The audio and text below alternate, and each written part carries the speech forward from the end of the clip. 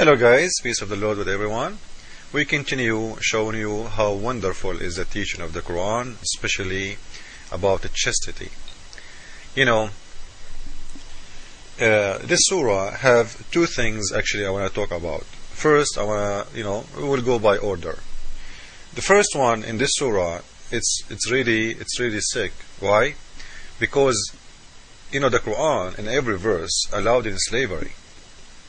But this surah in here is allowed in not only slavery, slavery is approved in Islam, it's normal. It's part of Islam. This is why Muslims country, they cannot sign the slavery law, the human right law in the United Nations. Because if they sign that, it's going to be like as if they are signing something against their Quran. You cannot sign a law against your Quran teaching. So Quran allowed the slavery, you should allow the slavery. You cannot stop slavery. Anyway, so in this surah, as you see, it says, it's also forbidden women are already married. Okay, so it's forbidden for you as a Muslim man to have sex with married women. Until now, this is great. I like that. But look, except those whom your right hand process. Which mean who? Like women, they are married, are forbidden for you. Except who? Except those who they are your right hand process. So those right hand process, they are married and they are accepted as exception. So the exception saying you cannot have sex with any married women, but those slaves you have in your hands, if they are married, they are not forbidden it. It's also forbidden women already married. So the women already married are forbidden for you if they are the free women, not the women you own in your hand as a slave. So if they are a slave, you can have sex with them. So this will show you that how wonderful and how justice is the God of Islam. He is not allowing, like if the Quran is saying, okay, you can have sex with your slave, but she is not married. At least she is not married. But a woman, she is married. She have a husband, and you are allowing the man who own her to have sex with her.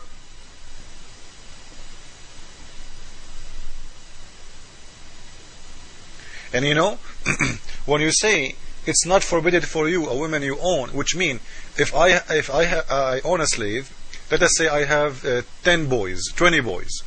Arab people, they have a lot of kids.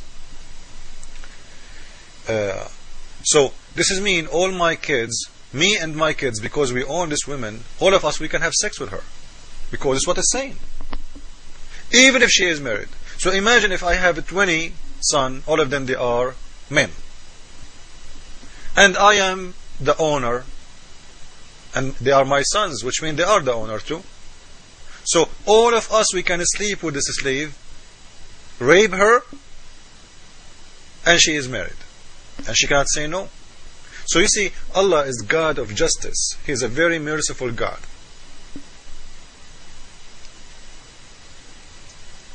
And the Muslims will say to you, we care about, the women, she cannot have more than one man, because Islam do care about knowing who is the son, belong to who. Now, if more than 20 men, they are sleeping with one woman, who is the father? How you will know? And here it doesn't say, it's talking about one person, by the way. Why? Simply because whoever owns this woman can have sex with her. As an example, when you go and buy a car, let us say me and my cousin, we bought one car. What does that mean? It means both of us, we can drive her. So whoever have a share in that car, he can jump in the top of that car. I think that the picture is clear now, right? So whoever owns those women, he is allowed to have sex with them, and even he can rent them to others. And we will show you another verse in the Quran showing that Muslims, they use to force women to do prostitution. The Quran said, as an answer for that, force them not if they choose chastity, but if you force them, Allah will forgive you. So prostitution in Islam is allowed. Muslims, they will lie to you and they say, no, no, no, that's not true. I will show you that later. But in here, this is a lot more ugly from prostitution.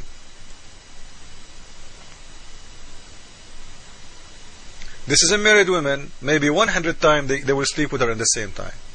And this is God, Allah, is teaching me what to do with her. But remember, the Muslims will come to the, especially the black African American. I feel sorry for them, those African who converted to Islam. Anyway, they are coming out, most of them, very soon.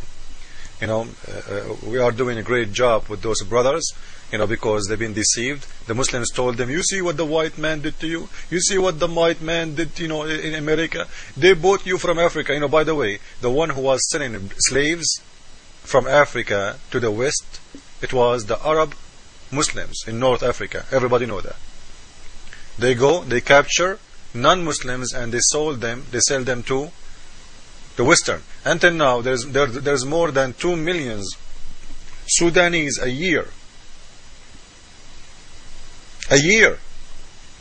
Scary number. Most of them, they are kids. They are sold all over the world, especially to countries like Saudi Arabia, like Emirat, like Qatar. Until now, if you go and search right now for human being slavery, you will see in the top of the list all the Islamic countries. Number 1 in the top, Saudi Arabia, Emirat, Qatar, Bahrain, Kuwait, etc. So, those people, they are trading slavery because slavery is part of their religion. So they will go to the black man, African black man, and they will say to him, you see what the white man did to you? What the white man did have nothing to do with God. And the white man, he fixed that.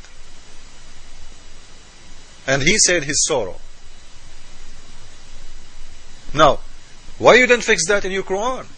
If what the white man is a shame, why you go and you don't go and you take all those verses in your Quran and you burn it and you say what? No more slavery. We are people who support the humanity. Why you don't take this verse in here, the one it says, even if a woman, she is a slave, a black slave woman, even if she is a slave and married, even if she is married, I will have sex with her because Allah allowed me to do so.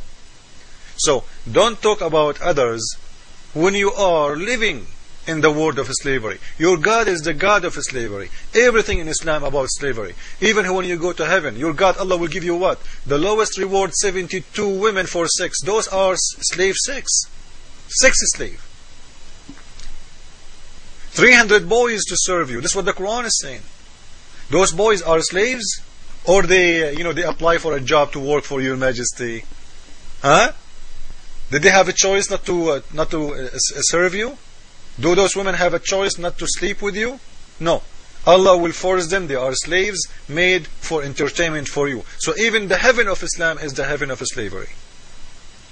Not only the earth of Islam is earth of slavery. Islam is a slavery from the beginning to the end. The Muslim is a slave of Allah, and everyone else, not a Muslim, he is a slave to the Muslims. It's a chain of slavery.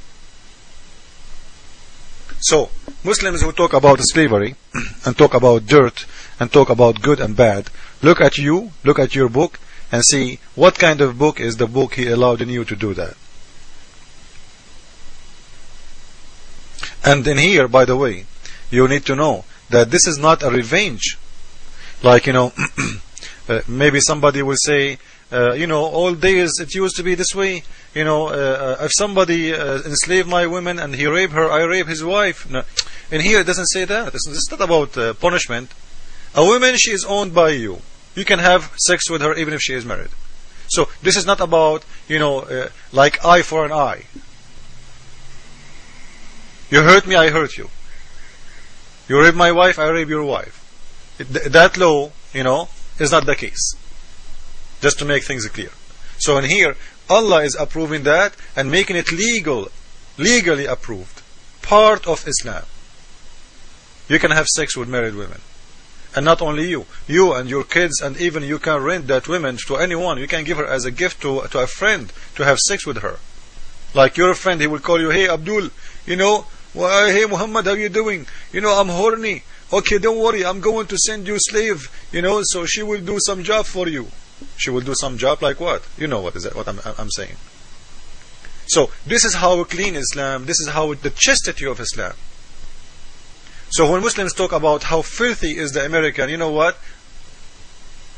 You have no way, no chance to compare your Quran to the most filthy American, because I believe the most filthy American, he is a lot more cleaner than your book. Otherwise, you tell me how your God approved this. Thank you all. Jesus is Lord. Amen.